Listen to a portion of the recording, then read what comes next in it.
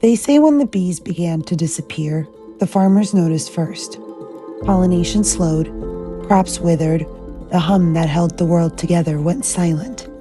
In the early 2000s, scientists called it colony collapse disorder, a mystery of missing beehives. One moment, fields were alive.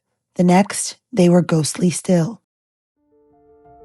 The culprits were layered: pesticides, parasites, overproduction. Each small disruption compounded until the ecosystem broke. The truth is, it didn't happen overnight. News followed a similar path. There was a time when the airwaves buzzed with purpose. This was the first time period where the 24-hour news cycles kind of popped up. Anchors were keepers of trust, producers the pollinators, connecting communities to truth. But somewhere between the deadlines and the dopamine, we began to lose the rhythm. I talk a lot about how we got here. We started chasing speed instead of substance, reaction instead of reflection. The problem is, local news markets do not have the same content as national markets. We don't have the kind of news that supports 9 hours of live television in a day. So what do you do when you still have to fill that time? You fluff. And just like bees, what disappeared wasn't just the workers. It was the work itself, the craft, the context, the connection. There's got to be a space where people can tell stories explaining what's actually happening in their communities. And that's not what's going on. He's not just talking about news. He's talking about an ecosystem that once sustained us. From the sting of truth to the sweetness of healing, we built the Hive. This is the Honey Pod. The Honey Pod is brought to you by Madrala Law Firm, your legal team for life's unexpected stings, and by TrueCore Wellness, helping you heal from the inside out. Together, they keep our hive strong. Hey, honeys. Thanks for joining us for the Honey Pod. I'm Paulina Bucka, and today we are joined with Eric King. Now, Eric and I worked for the same station at very different times, so we know a lot of the same people, Eric, but our paths never fully crossed in terms of working together. I'm very excited to kind of hear what your take was many years after I was working at that same news station, and I know that you've had a rocky road with news as well, but you have a very long and extensive career in news, so welcome. Thank you for being here, and let's get into it. I was last working here. I'm in Louisville, Kentucky. I was working at the ABC affiliate here, and it was very eye-opening. Not necessarily for anything specific to that station, but I think maybe I just arrived at a point in my life when I was seeing things a little bit more clearly, and I wasn't really articulating it very well. So my experience was being frustrated at how regularly uninformed people who were responsible for writing news. I kept saying, how do you expect to inform anybody when you are so blatantly uninformed? And that never felt like it was problematic to anybody. It was just Eric's being mean. Eric's being the old guy. Like, why are you so negative about everything? It's like, I don't find competence or knowledge, or at the very least awareness, as a negative trait. Like where are we? So often I would find myself, and I was an anchor there, so I wasn't out in the streets turning reports. Unfortunately, I was the one trying to edit them and get them to make sense, and that became impossible because there was no preparation on behalf of a lot of the reporters, and the news leaders really didn't need them to do any preparation. All I need you to do is fill a spot and be on live television at noon, 4, 5, and 6. It doesn't matter if you're good. It doesn't matter if the information is great. It matters that you have great video and you look cute in your outfit. And it was just hard as an anchor to read through that every day and then try to make yourself feel as though you're providing some level of service when it had turned into performance. And that was my what am I doing here kind of moment. And I'm sure so many of your listeners and viewers and you are familiar with that moment, because it got to the Yeah. point where, I would always say that there are a lot of people out there who don't like their jobs, right? That's not abnormal.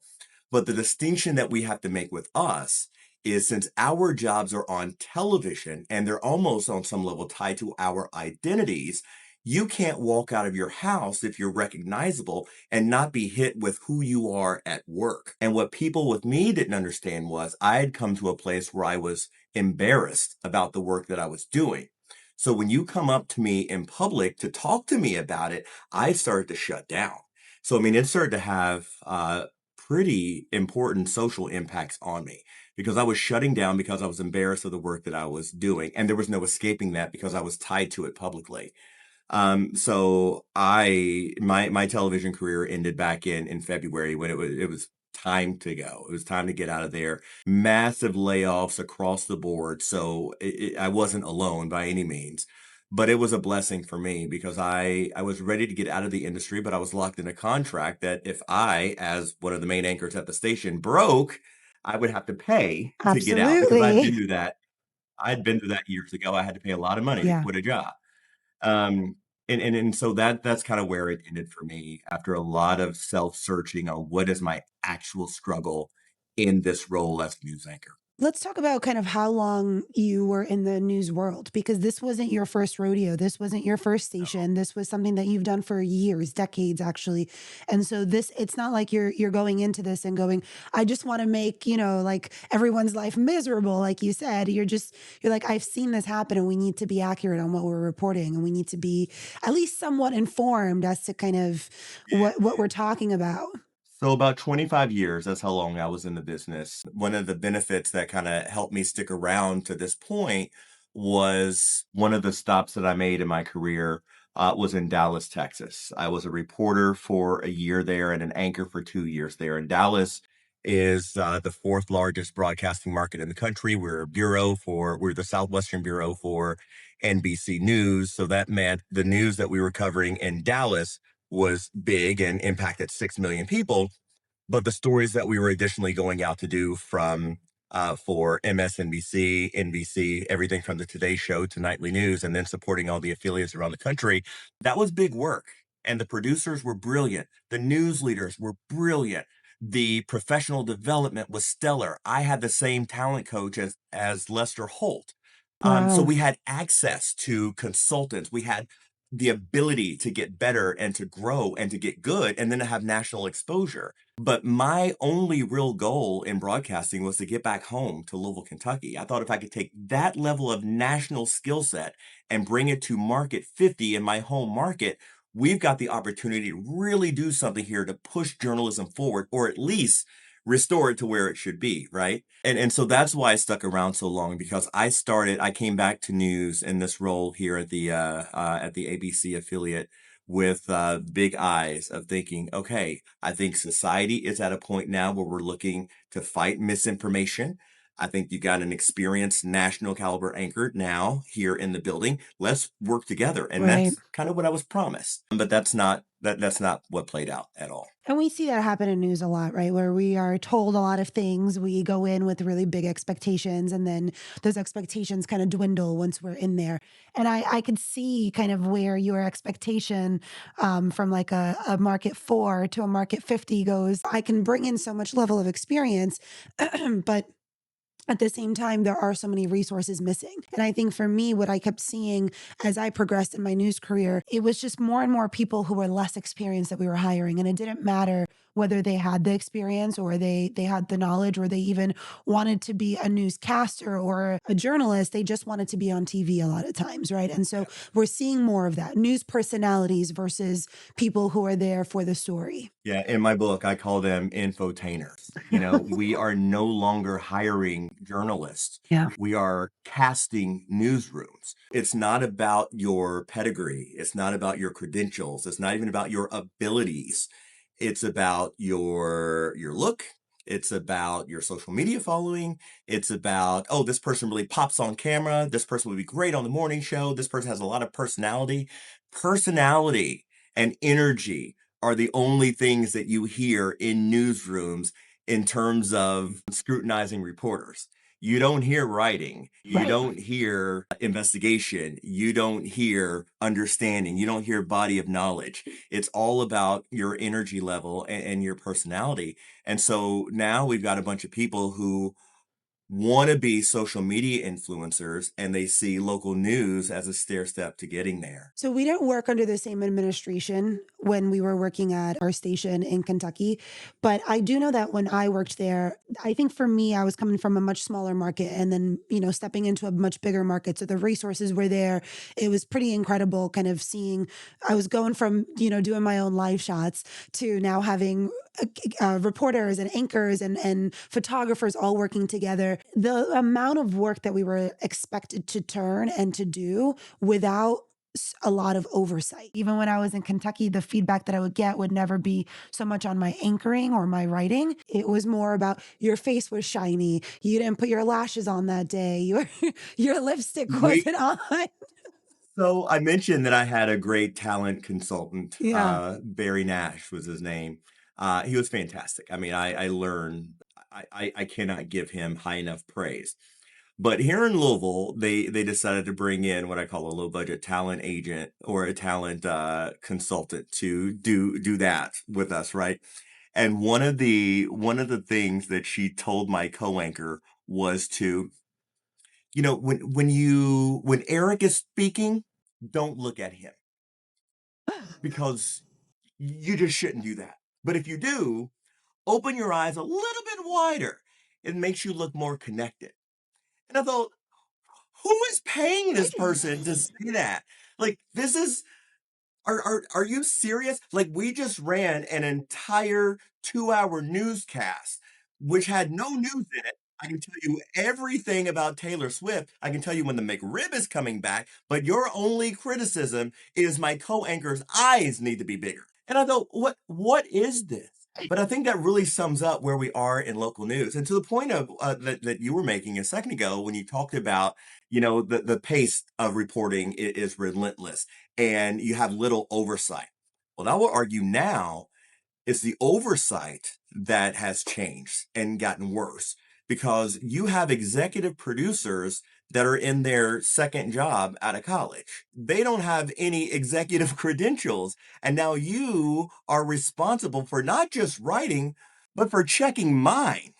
Like, I have 4 Emmys and a Murrow for documentary writing. I've been on a national level, and now I've got a 23-year-old, and I don't say that because they're 23. I say that because they have the experience in this industry of a 23-year-old. And those are the people now who are fact checking. Those are the people who are reading scripts. Those are the people who are looking at shows saying, you know what, we need to call this breaking news and we need to call this developing and we need to punch this. And you've got this level of foolishness that's going on in these newsrooms because the newsrooms are now being led by people with little to no experience. But I find that there were certain newsrooms that I worked in, if the management got too old, then they were too stuck in the 90s, right? And then news doesn't work the way that it did in the 90s. However, like to your point, if they were too young, then they had little to no experience as to kind of what actually goes into telling a story, going out and gathering news, coming back, shooting, editing, putting it together, and then you're still expected to turn it and then maybe turn another 2 stories on top of that. So many people, like all of what you said is clearly accurate, but a lot of people don't understand the timing of the pace. Like, for example, you start your day in the 9:30 editorial meeting, right? And that's where everybody's supposed to bring their ideas. That's where we decide what's going to be covered, or as I always say, what's going to be left out. And so that meeting typically lasts 45 minutes before the first reporter gets to talk because you know how those meetings go. So now you've been in that meeting for an hour, you pitch your story, let's say they like it and they say, go get it. So now it's 10:30, 11 o'clock. They send you out the door either with or without a photographer, but then they want you on live television for the noon. So that means you got 30 minutes to report before you got to get set up for a live shot. And then when you're done with that noon live shot, then you've got to be back on the air at 4 o'clock, at 5 o'clock, and at 6 o'clock, not just as a live presence, but with produced work. So if you're on the air at 4, 5, and 6 and noon and still in a meeting at 11, when are you actually doing the work of reporting?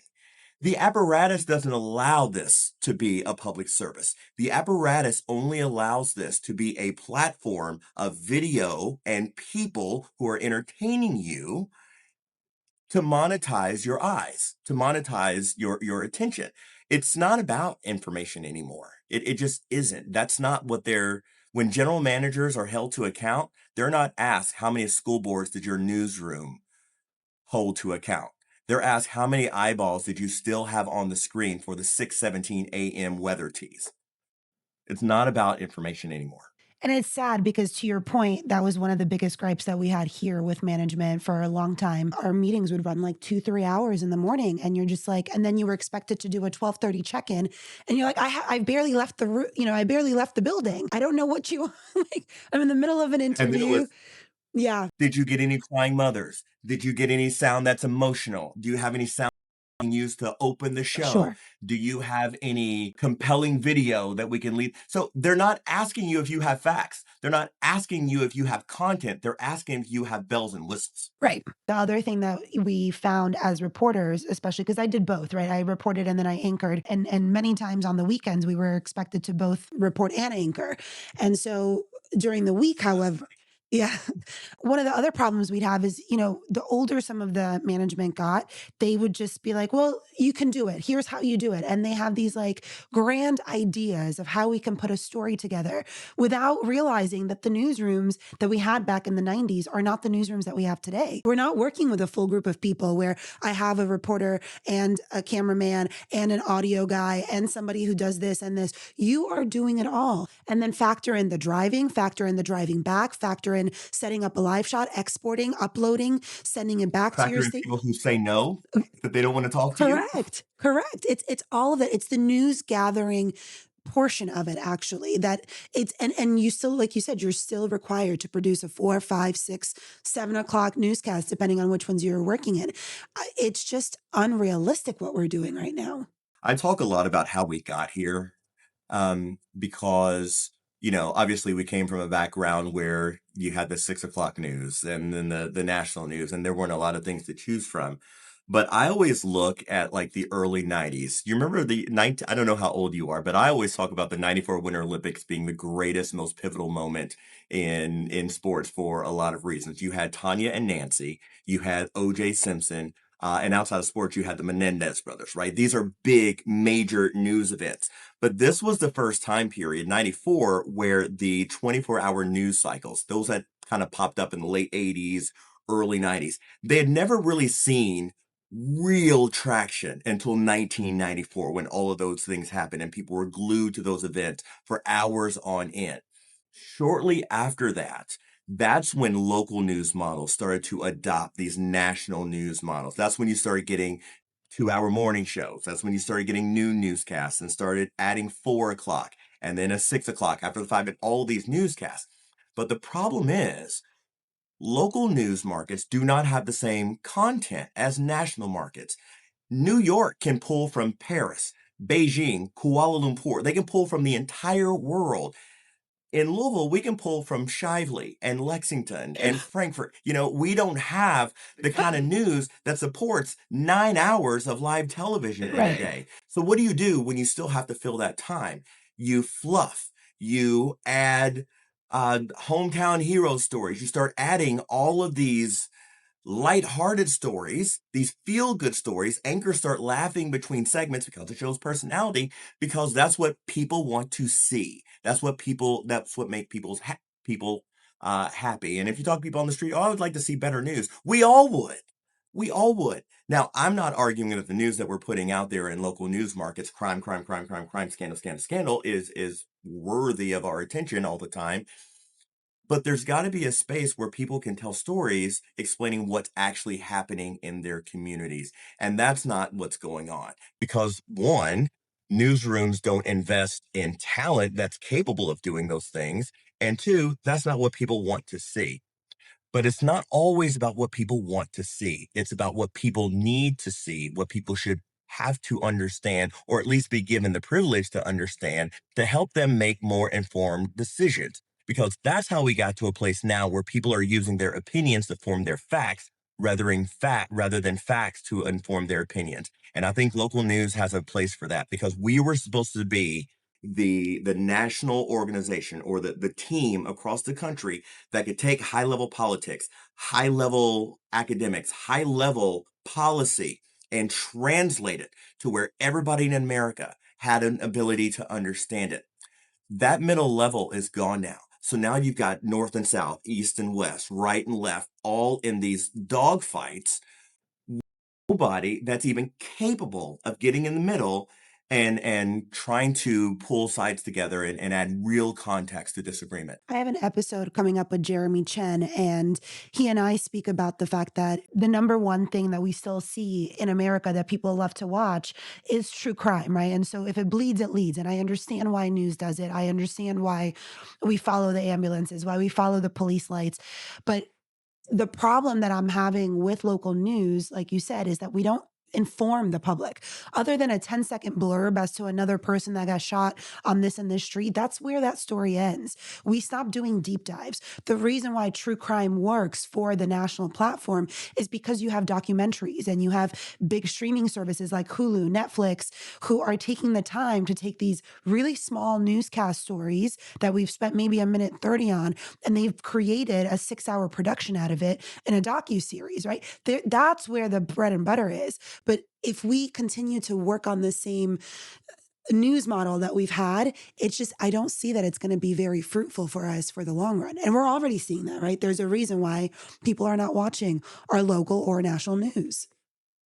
We have failed at explaining the difference in television mediums, right? I think it started with national news because, I always say when you're watching CNN, MSNBC, Fox News, whatever you're watching, whenever they say, let's bring in our panel, it's time to change the channel because this is no longer a newscast. This is an exchange of ideas selected to be in the conversation, right?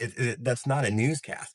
But national news never really did a good job of saying, okay, what you're about to see is a newscast versus what you're about to see is a show about perspectives. So the lines have gotten blurred. And the same things happen on the local level. We go from being a personality, as I always say, talking about the newest donut craze to trying to explain why the government is shut down.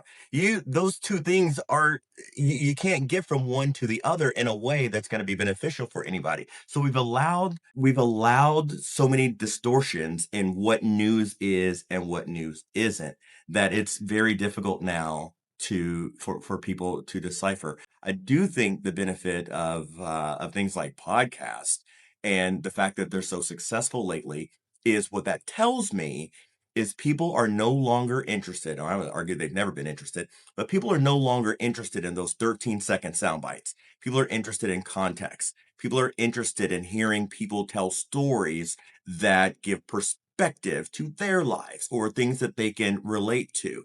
And so I think local newscasts need to be like a 2 or 3 minute headline hit. Here are some facts of the day, some headlines, and then a story of context, whatever that is. You can call it investigative, whatever you want to call it, but a 5 or 6 minute, well thought out piece that exposes something or explains something or teaches something. That model has worked flawlessly in Europe for years and around the world because it gives people context and understanding. And then we do process journalism. We explain where the facts come from. So you, at the end of that report, understand how we got from point A to point B, rather than looking at some bullet point facts in a soundbite that was deliberately picked because it was compelling, and then trying to form what the story is in your own mind. I like that you brought in kind of what other countries are doing with their newscasts. I haven't studied them long enough to know kind of what their budgets are, but do you think realistically with the budgets that we have currently in news that that is something that we can do with I with the talent that we're honestly, hiring? yeah, I don't know. I wouldn't argue. I wouldn't say that it's something that we can do as if it's this far off kind of thing. I think it's the only financially feasible thing to do because look at it. You've got all these reporters and photographers that are now in a lot of stations one and the same. They're very talented. They need some work on context. They need to be exposed to some history, but that's what a good newsroom does. It creates the culture of learning, right? And it supports it. You've got all of these people that are capable of reporting, if you're lucky, shooting, editing, doing all these things. Instead of sending them out at 10 o'clock every morning, asking them to turn for noon, 4, 5, and 6, and dragging them into the ground where they can't create anything. Whereas at the end of their contracts and they're trying to find a job in a bigger market, they don't have anything to show for themselves because they've just been chasing shootings for 2 years, right? Right. Give that person or that fleet of reporters a day. Eric, your day is Tuesday. This is when you go to air, you know? And so now you spend 3 or 4 days working on a story, building it, creating it, crafting it, making it worth our attention, making it mean something. And now you go on the air on your Tuesday. And then on Wednesday, it might be Shannon's day. We've got the ability to do this, but we don't trust our viewers, or local news leaders do not trust their viewers that they will stick with a story that lasts more than a minute and 20 seconds. And that's where I would argue that they are wrong. I think what we see in the success of podcasts, what we see in the success of YouTube, people producing content there, I think we're seeing very clearly that people are desperate for real stories with real context and real content.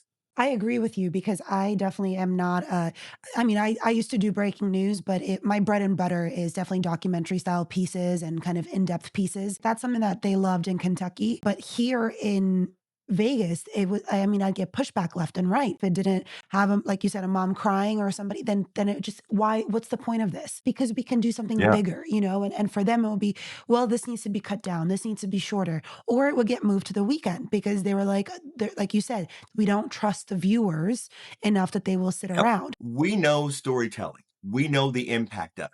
And we're trained, those of us from a certain generation, right, that know how to do the job on a high level, we're taught to tell stories. But if we're turning 6, 7, 8 pieces of content every day, not including social media, not including marketing, not including prep for the next day, not including the web story, not including writing for the 11 o'clock show, not including writing for the morning show, like you are not crafting a story. The more experience we get in the industry, the more we're desperate to tell better stories because Right. now we have better skills. Now we have better experience. Now we can tell better stories. But you've plateaued years ago in what the expectation or what the desire is for the newsroom. So you've elevated here, but your newsroom only needs you to be here. Right. People who are driven, and a lot of people in journalism are, that's why that's inherent in the craft, right? That's not a person that's going to be able to stay at a high level. They're not willing to stay in those roles because I'm at this level and you're at this level. And that's not to insult, but that's just to saying we're not the same, and there's not a place for me. I don't belong here. I'm not comfortable here. And yeah, there's a mass exodus from newsrooms because of layoffs, but there's also a mass exodus of newsrooms because reporters and anchors who have experience are saying, I don't want this anymore for my life. And we see that. We definitely saw that with a lot of people here. Some did get laid off, and then some people did leave and said, there's something better out there for me. And I think more and more people that I've known, who I've been following for years, they're just not okay with being a character on TV anymore. At least for myself too, the older I got and the more I kept sitting and seeing some of this stuff, I'm just like, there's gotta be more. It's gotta be like you said, you grow out of certain things. I mean, I remember an email went out to the newsroom one time because we were on a threat of a school shooting here, not the UNLV school shooting that I did cover, but another one. And the photographer that was working with another reporter, actually, because I was out there MMJing, he ended up catching this video of me hugging one of the moms. And I didn't do this because I was like, gonna get this great shot. No, I did it because her son came out and was like, Mom, it was nothing, right? And this mom was so distraught. And I was like, do you need a hug? Like, are you okay? And so I hugged her. There's this whole email that went out to the newsroom. We need more moments like this where we are showing the public that we can hug them and like, no, please don't go out there and hug everybody. Please don't go out there and touch people. Like that was a Well, natural moment. Let's not sensationalize that even more than it needs to be? and it's insulting to viewers because I always think every time I traveled, every time I was in a different news market, and I think most people watching this know we work on contracts, so we're 2 years here, 2 years there, we move around a lot. But I think it's insulting to most viewers in the world, in the country, to believe that they see those promos of our anchors hugging people, we're your hometown station, as beneficial. Like it's performative at best. You want to show me that you're the hometown station. When was the last time you saw a general manager of a station at a school board meeting or a PTA meeting or a community meeting or a news director at any of those meetings, or even a reporter who wasn't covering the meeting at one of those things. We know what's going viral, but we don't know what's going into law because we're not making an effort to go to these meetings to find out what people are actually asking for, what's actually going on in our communities. You can't find that out by going on a Facebook group page. That's not where real information lies. I keep going back to doing. What is our actual goal? Is it to inform people or is it to hold people's attention? And I would argue that it's the latter. I agree because I think that that's exactly what we saw here. We saw more and more performative news versus storytelling news. Kind of going back to what you said about, going to school board meetings and things like that. I think in a perfect world, I would love to even have, meet and greet times that when I'm new to a city to be like, hey, can I take a day to go meet up with this person and this person and this person, introduce myself? That's not even given in most news stations. They look at you like you're crazy, let alone An time. off board day? No. Right. Or let alone time to even take to go, sit at one of these meetings when you're already doing so many things. The only thing you want to go home and do is go home and crash out. Honestly, you're just like, I'm exhausted. I don't have the energy to even sit up anymore. And so I think we're just chasing our tails right now, the reporters in these newsrooms. That I honestly, I think and the higher you get, the less resources. I struggled with that a lot too. Just, a lot of times when I was in different newsrooms, especially coming up, I was the only Black guy in the room.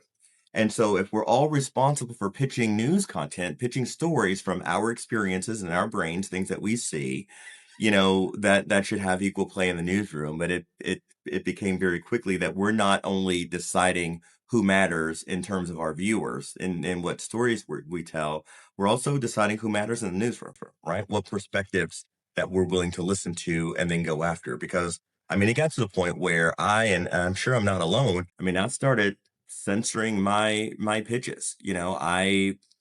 It wasn't about pitching what's going on in a community that deserves coverage.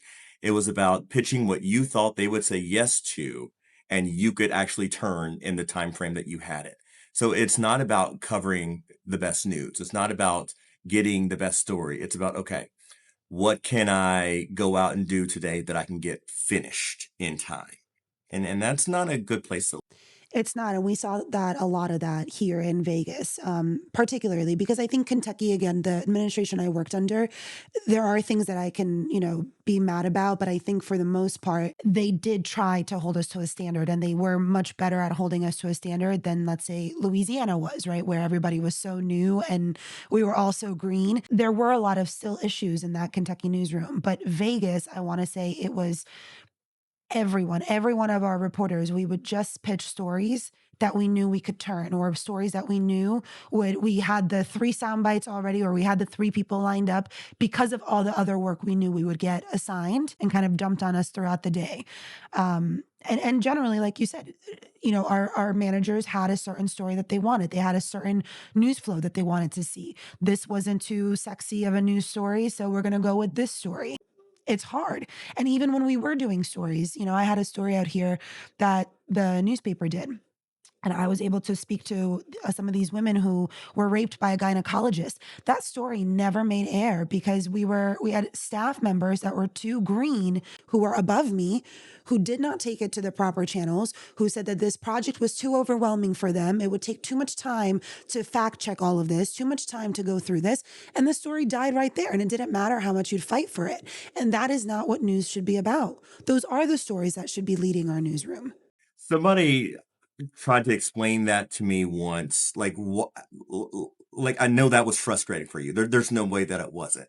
And obviously I've had that too. And I was kind of venting about it. And somebody said to me, Eric, the problem is we were taught how to be journalists. We were not, we did not go to the business school. We don't come out of college with MBAs. We're not taught to look for the bottom line financially. We're not taught to be concerned about what's in the best interest of a business or the business or even your business. We're taught to look at what's in the best interest of the public. And those two things don't operate very well in the Together. same space. And it took me a while, and by a while, I mean like a couple of months ago, to realize this. We're taught how to be journalists. We're not taught how to be CEOs of companies. And the problem is now that journalism has become a business. We are commodifying our audiences and we are getting paid, or we are getting money, or we're making money based on their attention, right? So it's no longer about informing, it's about holding on to their eyes. So we as journalists don't function in that environment very well because we don't understand it, not because we're incapable of understanding it, because we don't want to. It's contrary to what we believe to our core, in our core. And I think that's a real struggle that's gone unarticulated for a long time. And I don't see, and this is where my real concern lies. I don't see that getting better because the reason we're seeing all these layoffs in newsrooms is because of media conglomerates buying them up and sucking them dry and then selling them off to the highest bidder. So if that's the culture, if that's what's coming down the pike, or that's what already exists now, where does that leave us? I would argue though that if the idea is that we are trying to make the best decisions for business, then we are not making very good decisions if we are constantly losing people, eyeballs. One more time for the people in the back. Say it I again. mean, are we not like? Because again, I we had this model here that we would go through every 2 months. We had a different model of news that we had to kind of subscribe to, and some that I've done before, some that didn't. And we don't even allow for the public to get acclimated to what we're doing before we scrap it and move on to the next thing. Yes, some things are not going to work right off the bat. Some things need fine tuning. Some things need a little bit more pruning. But I mean, if we go back to like the Kyle Clark show out of Denver, like that Yeah. one took years to build. That took years of trial and error to make it work the way that it does. That doesn't happen overnight. And I think that that's a news model that can work in many stations, but we are I too, pitched here in Louisville. yeah. But we are too focused on trying to still do this old newsroom model that does not work. And we want faster news. We want more news personalities than actual journalists. And again, keep getting younger and younger talent. And that is good and bad, right? Because that younger talent can teach us how to tap into the social media space. But we are not teaching this younger talent how to be proper journalists either. And they just tell you, well, it's a competitive business. Yeah. Yeah, I have a lot of words for that. You're right. Re- It doesn't have to be. It doesn't have to be. I'm at a very happy place in my life right now, and I realize one of the reasons why is I'm working in a place that aligns with who I am personally, and it's great to not have those constraints of being a public journalist where it's less about, it's more about perception and more about your image and all of that stuff. I am just so happy to be in an environment that allows me to be who I am to its fullest extent and not have to answer to any of those kind of newsroom that newsroom foolishness. I'm not jockeying for position is what I was trying to get at. I'm not here trying to prove that I'm better than my coworker so I can get to the next place. And that's inherent in newsrooms. Every reporter is either fighting for the anchor desk and every anchor is fighting for a different show, and you're willing to do some pretty awful things. And by do awful things, I mean say yes to the things that the news station is asking you to do. Do you want to work overnight? Can you work 12 hours tomorrow? Can you come in on Christmas? Can you come in on Christmas? Like those kind of things. We're saying yes, we're bankrupting our lives to compete with people for jobs in a place where we ultimately know is bad for us. I had our senior anchor here who said to me one time, she said, the news industry will never love you back the way that you love the news industry. And They were right. it's such a true statement because so many of us, we love this industry, right? I love this industry. I don't like what it's turned into. And I think that, like you, there's a lot of context missing. There's a lot of people who are frustrated, and we're not jaded. We're not bitter. We're just not happy to see kind of good people get pushed out, positions get eliminated, news stations not listening to their talent. We just have this hodgepodge that doesn't really work because if it was, we'd have higher viewership. Yeah. There was a newscast that I watched this week here in this city, and it led with right now at 5, hurricane, and I forget the hurricane's name, battering Jamaica. Is it still a category 5? Our meteorologist standing by to tell you coming up.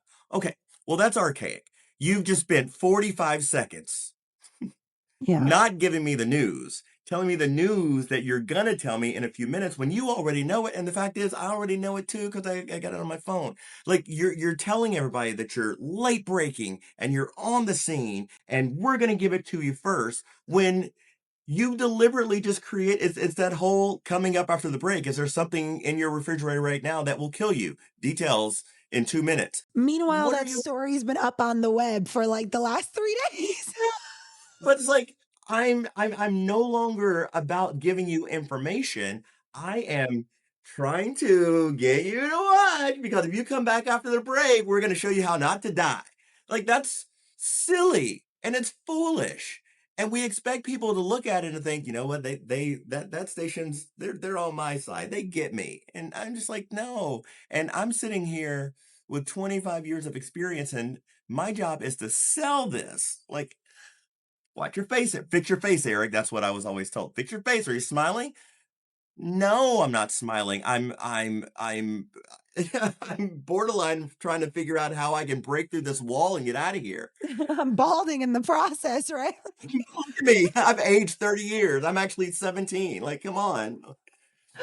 It's so foolish. And they talk to us like, well, this is what viewers want to see. Viewers say Mhm. they want more breaking news. Viewers say they want more happy stories. No, that's not what viewers are saying. I'm almost Viewers are wondering. saying when breaking news happens, they want to know that you're going to be there and you're going to be strong and you're going to give me the information in real time. They're not saying, okay, start adding breaking news templates to the top of every show. Like, that's silly.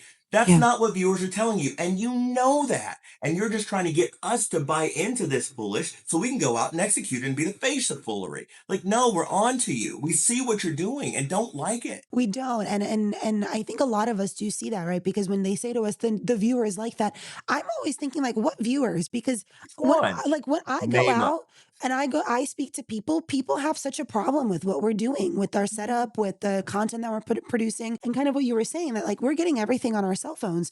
What we Mhm, those 30-second blurbs that we're doing, that fast paced news, this is where this should be going, not on our mhm, TV screens. That's on our mhm. TV screens is where we should be taking those 30-second blurbs and then really putting some investigative pieces on there so that we stand out. Mhm. But we don't think that way because on the news, all we want to do is how much more news content can we get? Can we get this reporter to turn 4 stories today so that we have content for the weekend, content for this show, for that show? We're not thinking of good news. We're just thinking of content. We're filling time. That's it. That's We're it. filling time. And it doesn't matter if it's good. And so like I can't. It was very insulting when news leaders would have these conversations with you. It's like, this is what we do and this is what matters. And you're sitting there thinking, okay, am I just am I the only person in here who's against this? Am I the only person who thinks what I'm hearing doesn't make any sense? And I mean, it got to the point where I would have to say to news directors, like, you're you really think you're talking over my head here, but you're really not. Like, I see what you're saying, and it doesn't even make sense to you, and I recognize that. So you're not in any position to win because it what it boils down to is there's no victory in us being right. You Right. know, I can look at a news director all day long and tell them that they're wrong, but they're the ones that are going to make the decision, and then they're going to retaliate against Mhm. you in some way that can't be assessed by HR, and then you're gonna be left with that. And we do see that in the newsrooms, right? More and more. I mean, I went from some experienced news directors, inexperienced news directors, first time news directors in a market like the size that I'm in right now in Las Vegas. And it was scary. It was scary to go from a news director who had no actual news directing experience, let alone a live newsroom, because their entire newsrooms that she had worked at previously were all pre recorded. That, again, if we're going from pre recording to live newsrooms, it doesn't work that way. These grand ideas that we have of, well, we want the shining horse talking with the unicorn, and then we want the mother crying, and then make sure to get the father, and then make sure to get this. And while you're at it, maybe the dead body can talk too. I mean, And if you find a tornado, just get your live shot up quickly. right, right. And then make sure to send back the stuff from earlier today too, because we'll have somebody put it up there for you as well. So Oh, and we need a quick thing for the web too. I'm here on the scene of the story.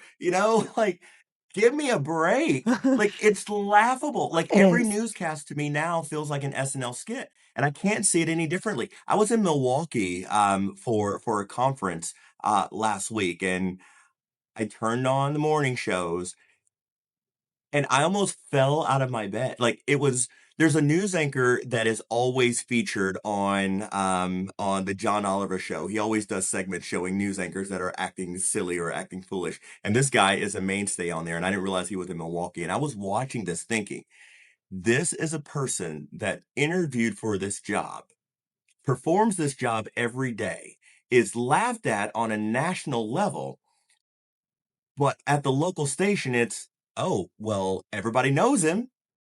That's not the flex that you think it is, you know? Like, I don't know what's going on in these newsrooms. The decision making is the level of incompetence in some of these newsrooms when it comes to decision making. And just speaking and writing the English language is staggering, staggering. And these are people who are writing news to inform you. When we talk about competence, I have got a story for you. So we had an officer that had died here, and one of my stories I had written in there. The first line of my story said, "Officer Trung Thai, end of watch for Officer Trung Thai was this day and time." And I had my news director, mind you, who was doing my script check at this point, and she goes, "Paulina, that's not what end of watch means. They call end of watch at his funeral." Ma'am, have you ever covered an officer who has died in the line of duty? Are you telling me that end of watch means when they lay him to rest? Yes, I'm going to have to go back and check that because this is not accurate. And then you're fighting with these people and they're like, you can't fight with the news director. No, at this point, I feel like you have to. You get paid more than I do. You're checking my script and then you're telling me that end of watch is called at the funeral. No, end of watch is when this officer dies, because that is his end of watch over the city in which he died. That's what that means. That's literally what So that means. I will take you a death and foolishness story and raise you another one. So here in Louisville, Kentucky, several years ago, we unfortunately had an elephant that died at our local zoo. Oh, And we found out about it in the newsroom. And my news director told me to get in a live truck and get to the zoo immediately and get in there because that elephant's mother is probably devastated. were they hoping that you get a soundbite with the mother?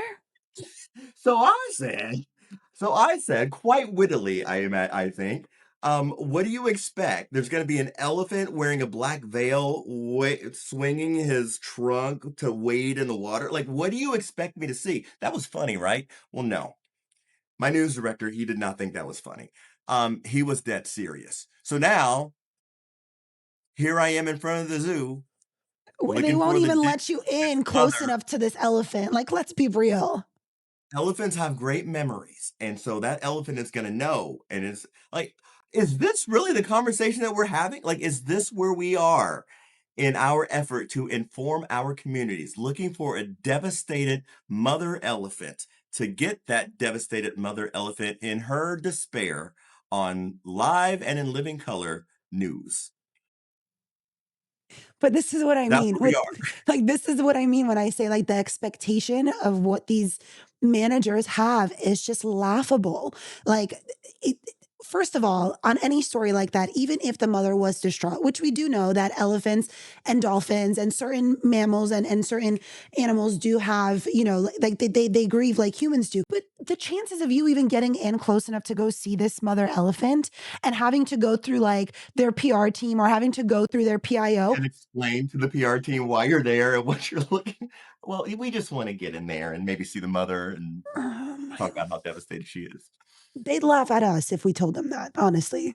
They did. That's They exactly what they did. do. Like, Because are you serious? Is this what you're really asking me right now? Like, and so that's what's going on in these newsrooms. The yeah. story selection, the competence in which the stories are covered is questionable, and the media conglomerates taking over the newsroom is squeezing the life out of them to the point where they're just desperate for relevance at this point. And it's leaving communities in information deserts.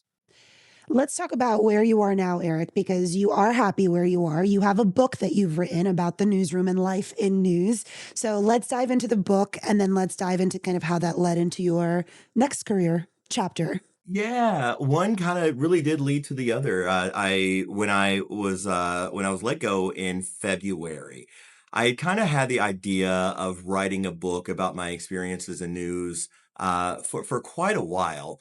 But you know how it works. Most of us, when we leave news, we go into some level of communications, public relations, media relations, something like that, that hinges on our relationships with newsrooms and media and our abilities to get our companies on local news. When I start working here, I work for the ACLU of Kentucky now, and it's fantastic. That's what I mean when I say I am at a place that's aligned with my missions. I do handle digital communications for the organization and a lot of the writing. But this is an organization that prides itself on freedom of speech. And when I talked to them about this book that I had written that I was completely prepared to just have for myself, um, because I thought it might have a negative impact on my ability to do communications work, they were like, absolutely not. My executive director actually used to be my producer. And so she and I have the same horror stories in the same newsroom. Yeah. So her stance was absolutely not publish it, and I'll be the first person to buy it. So I was really thankful because I know I'm not unique here in my story at all. All of us can write books that would, I imagine, say much of the same things, but so many of us move into communication roles that really don't allow us to fully put ourselves out there like that. So my book is called breaking news, and then breaking is scratched out and it says broken. Confessions of a Disruptive News Anchor. Because what I found over the years is I was always the person in these newsrooms sharing the same things that we've been sharing today. Why are we doing it this way? Is there a better way to do that? Who are we leaving out? Who deserves more airtime here? Why is the story only a minute when it's about an election and policy? We need more context here. We need more eyes. We need more people. I was always one pointing those things out, and I was always reprimanded for it. I was always in a news director's office. I was always the problem. Well, Eric, you hate everything. Or Eric, I had one news director tell me once, well, Eric, we knew that you were going to disagree. They cut me off mid-sentence. We knew that you were going to disagree because that's who you are. You're disagreeable. And that was a moment for me because I thought, okay, no, I disagree with you because at times I think you are wrong, not because I'm afflicted with some ailment that you just diagnosed me with your bachelor's degree in English. I think that you're wrong. Like, I'm a fully grown man. I deserve the same level of respect in here as everybody else. Don't dismiss me because I disagree with you. And so that was my experience in a lot of these newsrooms. My goal with the book was to not make it a takedown. This is not a, can you believe what they did to me? No, nothing like that. I tried to make it universal across the board and talk about the kind of themes that we all experience in newsrooms, but more importantly, the impact that what we're putting out there has on viewers, what we're leaving out, what we're putting in, what we're selecting, how we're framing, and then talk about how we got from the grandeur of the anchor desk, the trustworthiness, to now laughing about I keep going back to the McRib. Like, how did we get here? How did we devolve to something that has become kind of the last grasp of relevance from what it used to be, an entity of journalism where the authority of the anchor desk was the hallmark of the station and the reporters were the ambassadors and they were out there in the streets meeting with people genuinely and with intention and telling stories that matter. That's where the book came from, and it's a very short read. It's not. I try to keep it because I knew that there would be an audience of people who were not in Mhm. news, which actually is a target audience. Because I think it's important that people, are talked to about what it is they're seeing and why, and help them, search for themselves sources that they could rely on. I think so many of us, when we do speak up and we question management or we question the choices, we all get labeled problematic, but we are seeing these situations where they're sending you to go speak to, a mother elephant and you're just kind of scratching your head. Or, we'd have situations here where they would send us on stories that they didn't fully vet. And it was like, but come back with this. And that's not feasible. There has to be a level of pushback, which in some newsrooms, I think some generally take that better than others. But I do find that that we started to push back, whether we were reporters, producers, or whatnot, we would get called, the troublemakers in the newsroom. We would be in HR. We would have these situations with news directors where they're trying to figure out how to get you out of here because you're not cooperating with the newsroom that they want you to. And They certainly reward yeah, compliance. yeah. How well can you dance on air like a puppet? I think when people give advice about getting into the industry and working in the industry, they always start at a level of, be selective about where you go and think through where you want to be and what kind of news you want to cover, like all that stuff. And all those things are true. But I think we leave out the part that says, prepare, be prepared, know what the job is, know what the expectation is, have a level of understanding of the world, have a level of understanding of the community. I always say my greatest piece of advice came from an old mentor of mine. He's a journalist, but his actual degree was in sociology.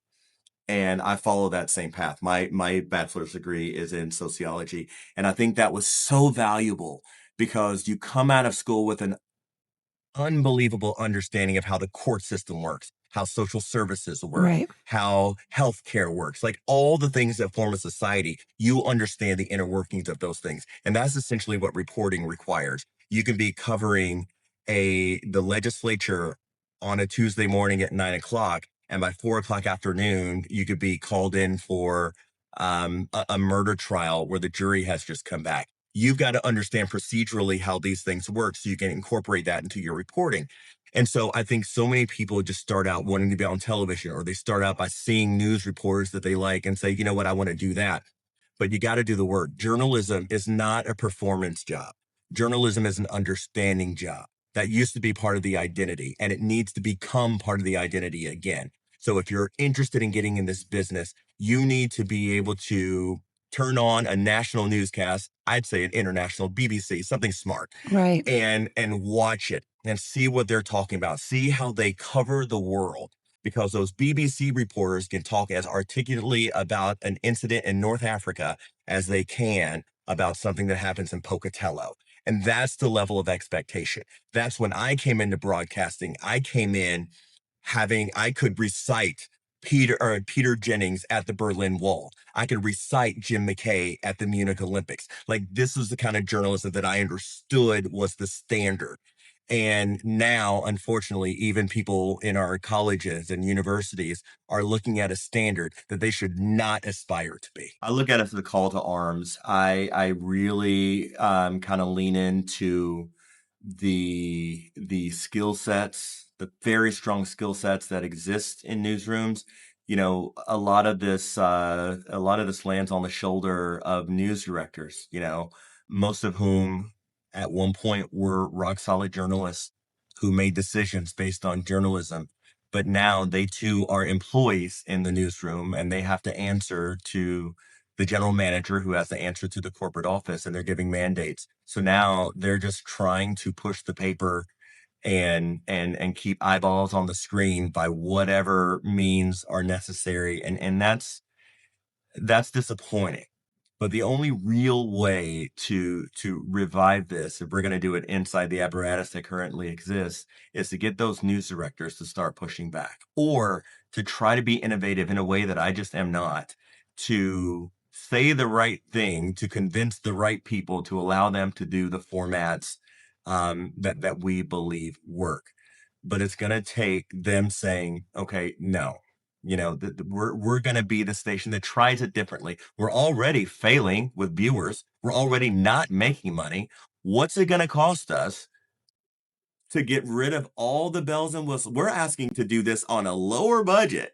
Like, I don't need 45 different breaking news stingers. I don't need 75 different, templates for this and that. Right. I just need a microphone, a photographer, some graphics, and a good writer. And then we can really tell some stories. But until these news directors start saying things like, you know what? I'm going to get out of this office, and instead of being a manager, I'm going to go sit in community meetings. I'm going to personally listen to what this community wants. rather than assume that I know and then assign coverage based on what I think to be true. It's just not working. So I think there is hope if we can find some of these news directors and general managers that are willing to kind of shake the tree a little bit and be a disruptor. Disrupting is not bad. It is a form of devotion. And like when people look at me and goes, well, Eric, no, you just had a chip of your shoulder. No, I had boundaries and I enforced my boundaries and I remove myself from places where those boundaries are being breached. And I think news directors need to stand up and have that same level of backbone. Boundaries are not a thing in news.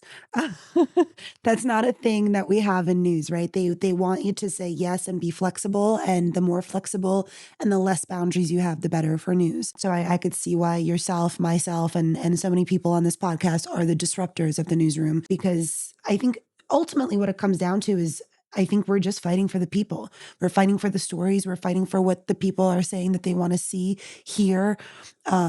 And we want to make an impact. I think at its core, every journalist that I know that is good at their job and not a performer, all they want to do is make a difference. All they want to do is make sure that their story helps, that it supports the public in a way, it informs the public.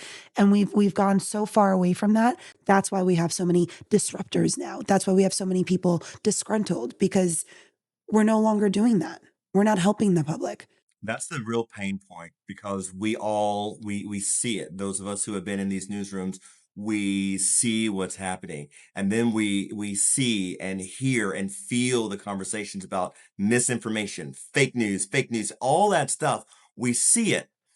And we can't really push back against a lot of it because we understand where it comes from. It comes from our failures. It comes from our lack of interest in being better. It comes from our lackluster hiring choices. It comes from our poorly thought out formats. It comes from our inability to sit back and think, maybe we're going about this the wrong way. We see that, but the people who make the decisions aren't us. Right. And that's a painful intersection. It just is. I think to wrap this up, the last thing that I really want to ask you is you were let go in February. You are in a new position. You have a book. You're working for the ACLU. That time between February and when you started working again, what was that like? And what are your words of encouragement for those who are kind of leaving the industry or losing their identity? Because it's like a part of you that you lose as you kind of leave this industry. So what are your words of encouragement for that? That's true. It your skill set travels with you. And I think that's what people forget. You feel like if you lose a job, you lose part of yourself, especially when your job is on television and that's part of your identity. But for me, I found my identity in a way that I didn't realize was possible at work. I, since I'd always really worked as a journalist, the idea of working in a personally mission aligned kind of place wasn't something I thought was realistic. I guess my advice would be to be diligent about what you want, what kind of work you want to do, what matters to you, and how can you tap into that. Because I think there's a logical progression of just take the communications job. It'll be great. My skill set applies. But I don't think that's always true. I think if you follow what you enjoy, then you'll be able to, have a level of happiness because I think we spent too much time growing up talking about what we wanted to be, as in journalist, doctor, lawyer, whatever. But I don't think we spend a lot of time trying to figure out who we want to be. Mm. And for me, that was the conversation that I was having with myself at the beginning of the year. It's like, okay, I've always been the guy on the news. I've always been the news guy. I've always been a thing. But who is it that I want to be now? How do I want to apply the skill set that I have and where are those opportunities? And I got lucky because I was working in my home market. I have connections here. I have friends. I mentioned my executive director was my producer Yeah. and is a dear friend. Um, but the reality is, so many of us are working in cities that are foreign to us. We're there by contract, and then our contract gets canceled. And then you have to make the decision: is this a place where I want to set up camp and live? Or do I want to go home? Or do I want to try someplace else? So I think the first thing you have to do is kind of identify a landing point for you. I think that's important for all of us, regardless of where our jobs are. And just kind of always have a backup plan on how to get there and then figure out who you want to be and what you want to do. Such wise words. Eric, thank you for your conversation today. It's been great to meet, to have this conversation, to really dive into what the newsrooms are doing and how the landscape is changing. I appreciate, and thank you for having me. I appreciate what you're doing so much because what I found to be true over the past several months, and I think you'll agree with me here, is all of our experiences are shared here. But I think we live in our own worlds when we go home at night and we internalize everything as our own, right? Right. What you've done is you create a community and given us all a space to share stories and realize that we're not alone, not unique. It's something that gives it helps you recognize that, okay, this is not just me. There are problems that exist in this industry that can be solved and fixed, or at the very least made better. Um, and having that kind of community that can have those conversations with regularity is important work. So thank you, and thanks for having me. Thank you. All right, guys, thanks for this episode. We'll be right back here next Thursday. See you then. Want more? Join our Patreon for legal insights, mental health support, and beauty giveaways.